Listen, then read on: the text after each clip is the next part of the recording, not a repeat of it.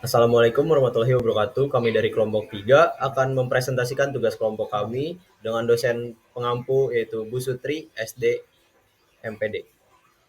Sebelum lanjut ke materi, saya akan memperkenalkan kelompok saya terlebih dahulu. Yang pertama ada Faruk Arkanyuka, lalu Isam Vidya Herlambang, dilanjutkan dengan saya Luki Fatolis Priadi, lalu ada Muhammad Nabil dan Rendra Sukmawibowo. Berikut adalah materi tentang penulisan bahasa Indonesia ilmiah dan langkah-langkahnya. Baik, akan saya lanjutkan latar belakang. Bahasa Indonesia ragam ilmiah merupakan ragam bahasa berdasarkan pengelompokan menurut jenis pemakaiannya dalam bidang kegiatan sesuai dengan sifat keilmuannya. Bahasa Indonesia harus memenuhi syarat diantaranya benar sesuai dengan kaidah bahasa Indonesia baku, logis, cermat, dan sistematis. Berikutnya ada langkah-langkah dalam penulisan bahasa Indonesia ilmiah. Yang pertama ada menentukan ide yang akan ditulis. Yang kedua ada mengumpulkan bahan atau sumber tulisan. Langkah-langkah yang ketiga ada mengembangkan rangka tulisan. Langkah yang keempat adalah menulis draft tulisan. Yang kelima menelaah dan merevisi draft tulisan. Dan yang terakhir adalah memfinalisasi tulisan. Terima kasih. Langkah pertama adalah menentukan ide. Ide merupakan hal penting dalam memulai menulis.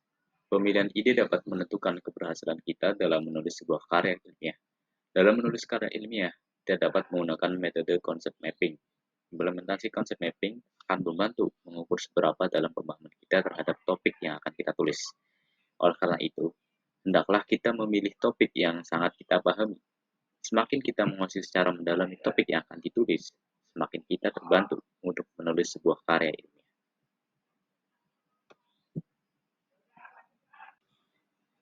Langkah yang kedua adalah mencari sumber atau bahan informasi.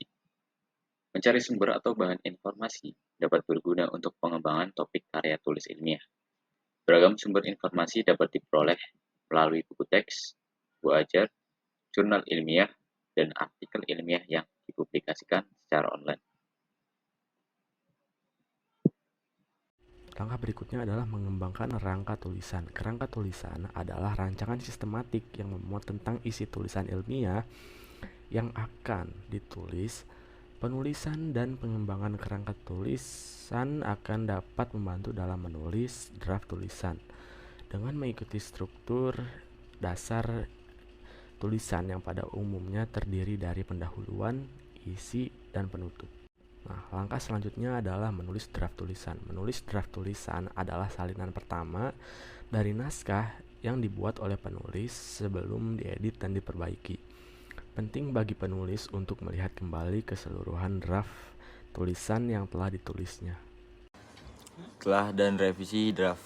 Langkah selanjutnya adalah melakukan telah dan revisi draft yang bertujuan untuk melihat apakah ada kemungkinan untuk masukkan ilustrasi draft yang dapat membantu membaca memahami ide-ide yang terkandung dalam tulisan atau artikel. Dan langkah terakhir adalah finalisasi tujuan. Langkah akhir dalam proses penulisan karya ilmiah adalah finalisasi tulisan.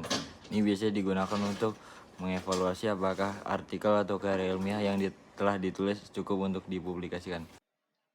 Berikut adalah dua referensi dari kelompok 3 yang dijadikan sebagai bahan untuk pembuatan PPTI.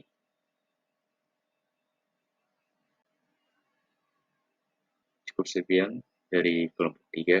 Apabila ada kata yang kurang berkenan, kami mohon maaf sebesar-besarnya dan kami mengucapkan terima kasih. Wassalamualaikum warahmatullahi wabarakatuh.